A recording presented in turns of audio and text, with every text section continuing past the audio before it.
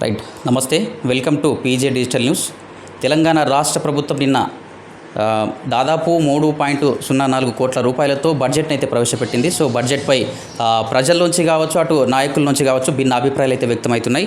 So అసలు బడ్జెట్కు సంబంధించి పూర్తి విశ్లేషణ, అసలు బడ్జెట్ ఏంటి అన్న విషయాలపై మనతో పాటు తెలంగాణ విశ్వవిద్యాలయ అర్థశాస్త్ర విభాగాధిపతి, అటు పిఆర్ఓ డైరెక్టర్గా పనిచేస్తున్న డాక్టర్ ఏ పున్నయ్య గారు మనతో పాటు ఉన్నారు. సో ఈయన వృత్తి ప్రవృత్తి కూడా ఆర్థిక అంశాలపై, అంటే విద్యార్థులకు అటు బోధనలు చేయడము, పరిశోధాత్మకంగా వివరించడం కూడా, అటు వీక్షణం పత్రిక, దాంతోపాటు వివిధ జాతీయ దినపత్రికలలో కూడా ఆర్థిక అంశాలపై ఆయన వ్యాసాలు రాస్తుంటారు. సో కాబట్టి ఆర్థిక అంశాలపై ఆయనకు పూర్తి అవగాహన ఉంటుంది. సో నిన్న ప్రవేశపెట్టిన బడ్జెట్కు సంబంధించి మనతో పాటు వివరించేందుకు సార్ ఉన్నారు మనతో పాటు. నమస్తే సార్. నమస్తే ప్రదీప్. నమస్తే. బాగున్నారు సార్? బాగున్నా. ఎలా ఉన్నావు? Fine sir. సార్, అయితే నిన్న తెలంగాణ రాష్ట్ర ప్రభుత్వం అయితే బడ్జెట్ను ప్రతిష్టాత్మకంగా దాదాపు 3,04,965తో ప్రవేశపెట్టడం అయితే జరిగింది. సో దీని నుంచి అయితే ప్రజల నుంచి కానీ, అటు మేధావుల నుంచి, చదువుకున్న వారి నుంచి కూడా భిన్నాభిప్రాయాలు వ్యక్తమవుతున్నాయి. అసలు ఏంటి సార్, అసలు బడ్జెట్ను ఏ విధంగా చూడాలి? చాలా సాధారణంగా బడ్జెట్ ఆనవాయితీ ప్రకారం ప్రవేశపెడుతుంటారు. ప్రవేశపెట్టగానే ప్రజల నుండి మిశ్రమ స్పందన వస్తుంటుంది, పార్టీల నుంచి మిశ్రమ స్పందన వస్తుంటుంది, అధికారుల నుండి మిశ్రమ స్పందన వస్తుంటుంది. కానీ విశ్లేషణ ఎలా ఉందనేది దాన్ని కూడా అర్థం చేసుకోవాల్సిన అవసరం ఉంటుంది. చాలా సహజంగా రాష్ట్రంలో కానీ దేశంలో కానీ పార్టీలు చీలిపోయినట్టే ప్రజలు కూడా చీలిపోయి ఉంటారు. వారి వారి అభిప్రాయాల మేరకు, వారి వారి పర్సెప్షన్ మేరకు బడ్జెట్ను అర్థం చేసుకునే ఒక ప్రయత్నం జరుగుతుంటుంది. కాబట్టి మిశ్రమ స్పందన వస్తుంటుంది. ఇది చాలా సహజం. సో అయితే నిన్న బడ్జెట్లో కూడా అత్యధికంగా కేటాయింపులు అటు సంక్షేమ పథకాలపైనే దాదాపు బడ్జెట్ 3,04,000 చిల్లర ఉంటే దాంట్లో 34% అయితే సంక్షేమ పథకాలకైతే అత్యధికంగా కేటాయించారు. దీన్ని ఎట్లా చూడొచ్చు? బడ్జెట్ ఇవాళ చాలా కాలం నుండి బడ్జెట్ను మనం గమనించినట్లయితే 2 అంశాలు అర్థమవుతున్నది. 2 అంశాలలో ప్రజల దగ్గర నుంచి ఓట్లు ఎట్లా రాబట్టుకోవాలి, ప్రజల దగ్గర నుంచి ఓట్లు రాబట్టుకునే క్రమంలో ఉచిత పథకాలు ప్రజలకు ఎట్లా అందివ్వాలి అనేది మేజర్గా ప్రభుత్వాలు ఆలోచన చేస్తున్నాయి. ప్రభుత్వంలో ఎవరున్నప్పుడు కూడా ఆలోచన చేసిన ఒక పరిస్థితి మనం గమనించవచ్చు. దాంతోపాటు అధికారంలోకి వచ్చినాక ఎన్నికల్లో గెలవాలంటే డబ్బులు ఎవరి నుండి మనకు అందుతాయనే ఒక పరిస్థితి కూడా రాజకీయ నాయకులలో కనపడుతున్నది. దానికోసం కమిషన్లు వచ్చే కాంట్రాక్టర్లకు సంబంధించిన పనులకు మాత్రమే బడ్జెట్లో నిధులు మంజూరు చేస్తుంటాయి.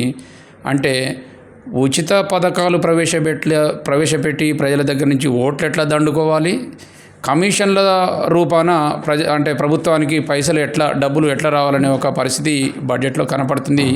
ఈ బడ్జెట్ కూడా అతీతం కాదనేది మనకు అర్థమవుతుంది ఈ బడ్జెట్ను గమనిస్తే. సో ఇంకొకటి కూడా నేను మర్చిపోతాను చెప్పేసి రాసుకొని కూడా వచ్చాను.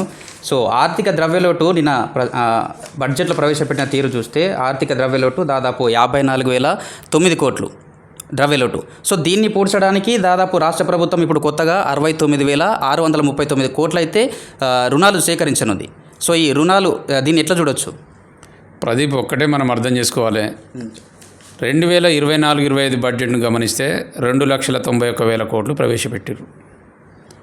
2,91,000 కోట్లలో ప్రభుత్వం ఇచ్చిన లెక్కల ప్రకారమే, ప్రభుత్వం ఇచ్చిన గణాంకాల ప్రకారమే 2,21,000 మాత్రమే ఆదాయ వనరుగా కనపడుతున్నది. 70 కోట్లకు పైగా ఇవాళ మైనస్లో కనపడుతున్నది, రుణాలు కనపడుతున్నవి. అంటే 2,91,000 కోట్లకే 70,000 కోట్లు మైనస్లో ఉంటే ఆ మైనస్ను ఎట్లా పూడ్చుకుంటాము అనేది ఆలోచన చేయకుండా అదనంగా ఇంకొక 15,000 కోట్లు అంటే 3,05,000 కోట్ల బడ్జెట్ను ప్రవేశపెట్టడం అనేది ఇది అవాస్తవమైన బడ్జెటు, వాస్తవాలకు దూరంగా ప్రజలను మోసగించే బడ్జెట్గా మనం అర్థం చేసుకోవచ్చు. ఇది మనం చెప్పే లెక్కలు, మనం చెప్పే ఆరోపణలు కూడా కావు. ఇది పూర్తిగా ప్రభుత్వ గణాంకాలను కనుక అర్థం చేసుకున్నట్లయితే మనకు అర్థమవుతుంది. 70 కోట్లు పోయిన సంవత్సరమే రాలేదు. ఈ సంవత్సరం అదనంగా 70 కోట్లు రాకపోవడంతో పాటు మరొక 15,000 కోట్లు యాడ్ చేసి ఈ బడ్జెట్లో ప్రవేశపెట్టడం జరిగింది. నాకు అర్థం కాని విషయం ఏంటంటే ఈ సంవత్సర కాలంలో నూతనంగా ప్రవేశపెట్టిన పథకాల నుంచి ఉత్పత్తులు ఏమైనా పెరిగినాయా? ప్రయోజనాలు ఏమన్నా అధికంగా వస్తున్నాయా, వనరులు ఏమన్నా ప్రవాహం లెక్క ముందుకొచ్చే ఒక పరిస్థితి కనపడుతుందా, ఇది అర్థం కాని పరిస్థితి.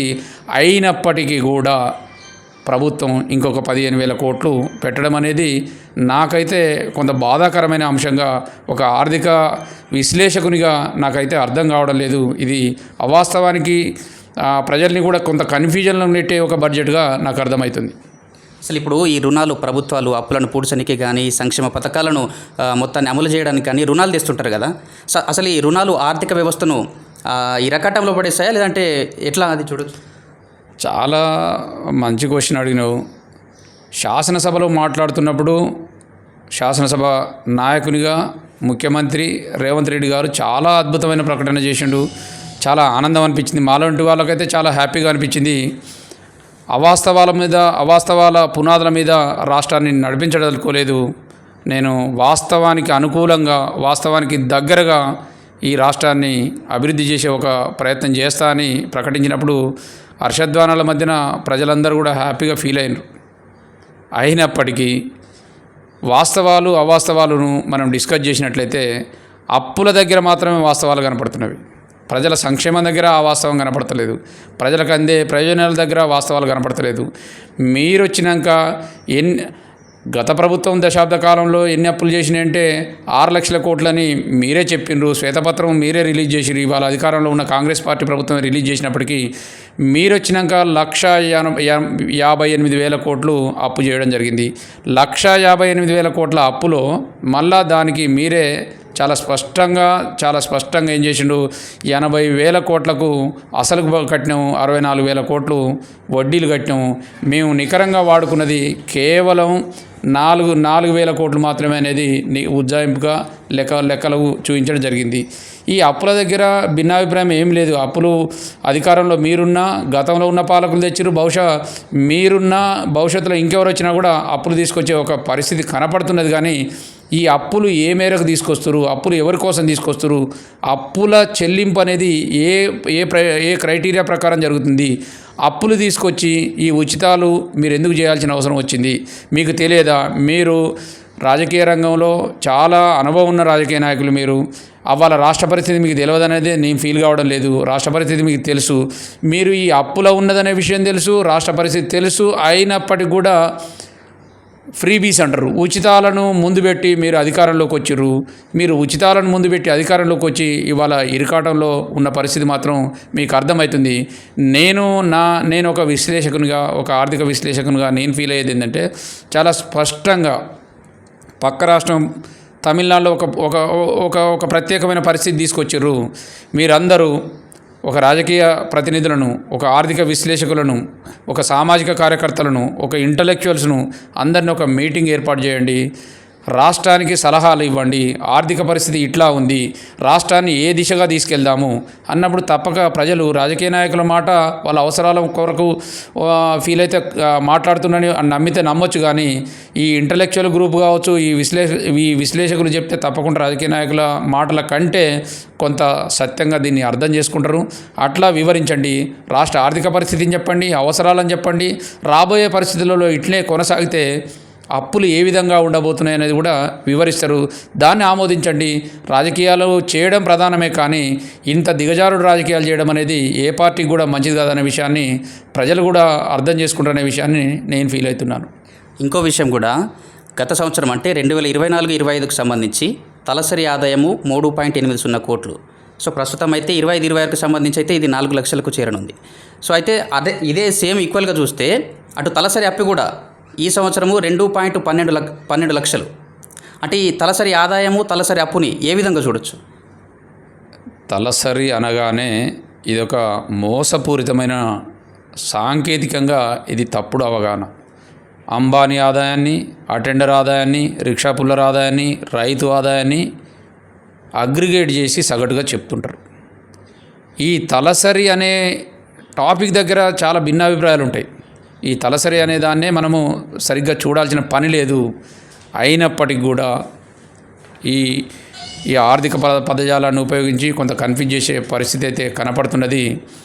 తలసరి అప్పు పెరిగింది. ఇవాళ 3,80,000 కోట్లు కాదు, 4 లక్షలని మీరే చెప్తున్నారు. పేపర్లో కూడా నేను పొద్దున్నే పేపర్లో కూడా చూడడం జరిగింది. తలసరి ఆదాయం పెరిగినట్టు చూపిస్తున్నారు, తలసరి అప్పు మీద ఎంత పెద్దగా కాన్సన్ట్రేట్ చేయడం లేదు.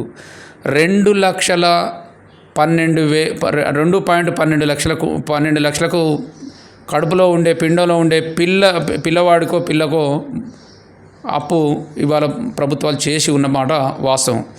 ఇట్లా చేసుకుంటూ పోతే ఈ రాష్ట్రంలో ఎవరు అధికారంలోకి వచ్చినా కూడా ఈ అప్పులను తీర్చే ఒక ప్రయత్నం తప్ప అభివృద్ధి చేసే ప్రయత్నం అయితే కనుచూపు మేరలో కూడా కనిపించడం లేదనే విషయాన్ని నేను ఫీల్ అవుతున్నాను.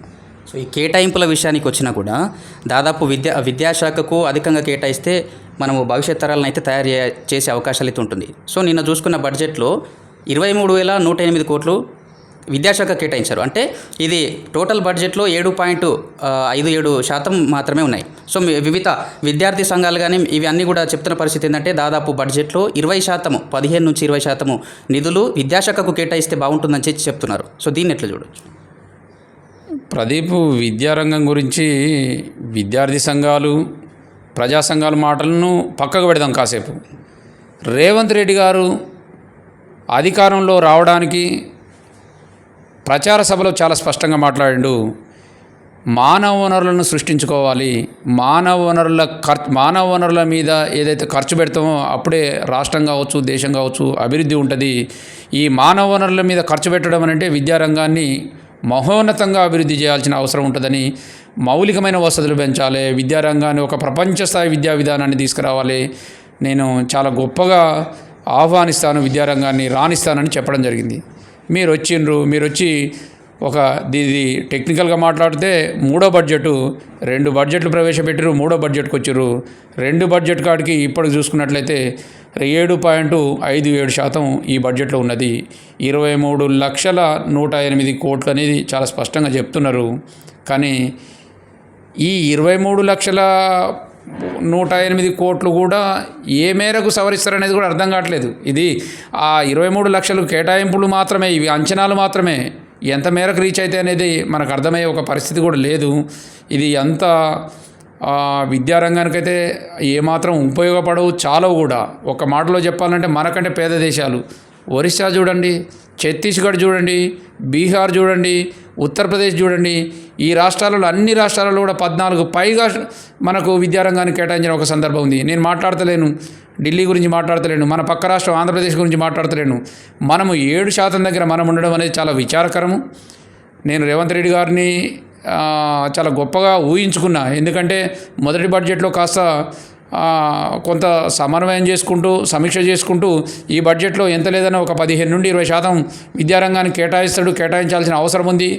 దానికోసం విద్యా కమిషన్ ఏర్పాటు చేసిండు. హైయర్ ఎడ్యుకేషన్ కౌన్సిల్ని కొంత మెరుగైన పరిస్థితి తీసుకొస్తానన్నాడు. ప్రాథమిక విద్యారంగాన్ని, ఉన్నత విద్యారంగాన్ని అద్భుతంగా చిత్రీకరించే ఒక ప్రయత్నం జరుగుద్ది అనుకున్నాము. కానీ ఏది జరగాలన్నా కూడా బడ్జెట్ కేటాయింపులు అనేది చాలా ప్రధానంగా ఉంటాయి.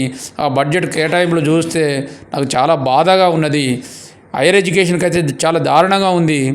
బ్లాక్ గ్రాంట్ మాత్రం కేటాయించారు, డెవలప్మెంట్ గ్రాంటు మళ్ళీ మొండి చేసి చూపించిన ఒక పరిస్థితి కనపడ్డది.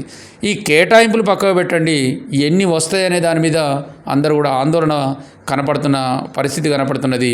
విద్యారంగం అయితే ఏ రాష్ట్రంలో అయితే, ఏ దేశంలో అయితే గొప్పగా వర్ధిల్లుద్దో ఆ రాష్ట్ర ప్రజలు, ఆ దేశ ప్రజలు చాలా గొప్పగా జీవన ప్రమాణాలతో జీవిస్తారనేది మనకు కళ్ళ ముందు కనపడుతున్న ఒక సత్యాన్ని ఈ పాలకులు అర్థం చేసుకోవాల్సిందిగా నేను కోరుకుంటున్నాను. అదేవిధంగా రాష్ట్రంలో యూనివర్సిటీల అభివృద్ధి కోసము, అంటే మౌలిక వసతుల కల్పన కోసం అయితే 500 కోట్లను అయితే కేటాయించారు. సో ఒక యూనివర్సిటీ ప్రొఫెసర్గా దీనిపై మీ అభిప్రాయం? చాలా మంచి కేటాయింపులే. గతంలో ఈ 10 సంవత్సరాలలో మనం గమనించినట్లయితే విడివిడిగా కేటాయించిన సందర్భం అయితే లేదు. ఈసారి 35 కోట్లు దాదాపు తెలంగాణ విశ్వవిద్యాలయం, మహాత్మాగాంధీ విశ్వవిద్యాలయం, పాలమూరు విశ్వవిద్యాలయం, శాతవాహన విశ్వవిద్యాలయాన్ని తీసుకొచ్చారు. 100 కోట్లు ఉస్మానియాకి తీసుకొచ్చారు. 50 కోట్లు కాకతీయ యూనివర్సిటీకి తీసుకొచ్చారు.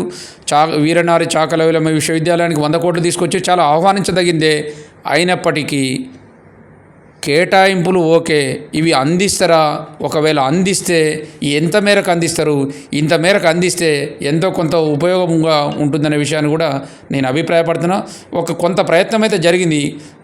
గత బడ్జెట్లతో చూసుకుంటే ఉన్నత విద్యకైతే కొంత మెరుగ్గా కేటాయింపులు అయితే ఉన్నవి. కానీ ఇవి ఎప్పుడు ఆ విశ్వవిద్యాలయాలకు అందినప్పుడు మాత్రమే దీన్ని మనకు సంతోషంగా స్వీకరించాలి తప్ప లేదంటే ఈ కేటాయింపులను చూసి మురిసిపోవాల్సిన పని అయితే లేదు. సో చివరిగా ఈ బడ్జెట్పై షార్ట్గా చెప్పాలంటే ఏం చెప్తారు? ఈ బడ్జెటు ఇది కూడా ప్రజలను మోసం చేయడానికి, ప్రజలను కన్విన్స్ చేయడానికి, ప్రజలను కన్ఫ్యూజ్ చేయడానికి అంకెల గారడి తప్ప అదేదో ఈ బడ్జెట్ కేటాయింపులతో ఏదో జరుగుద్దనేది మాత్రం అవాస్తవం. సో ఇది నిన్న ప్రవేశపెట్టిన తెలంగాణ రాష్ట్ర ప్రభుత్వం ప్రవేశపెట్టిన బడ్జెట్కు సంబంధించి పూర్తి విశ్లేషణ అయితే. సో చూస్తూనే ఉండండి మన పీజే డిజిటల్ న్యూస్. నేను మీ ప్రదీప్ జిల్లేడ్వార్.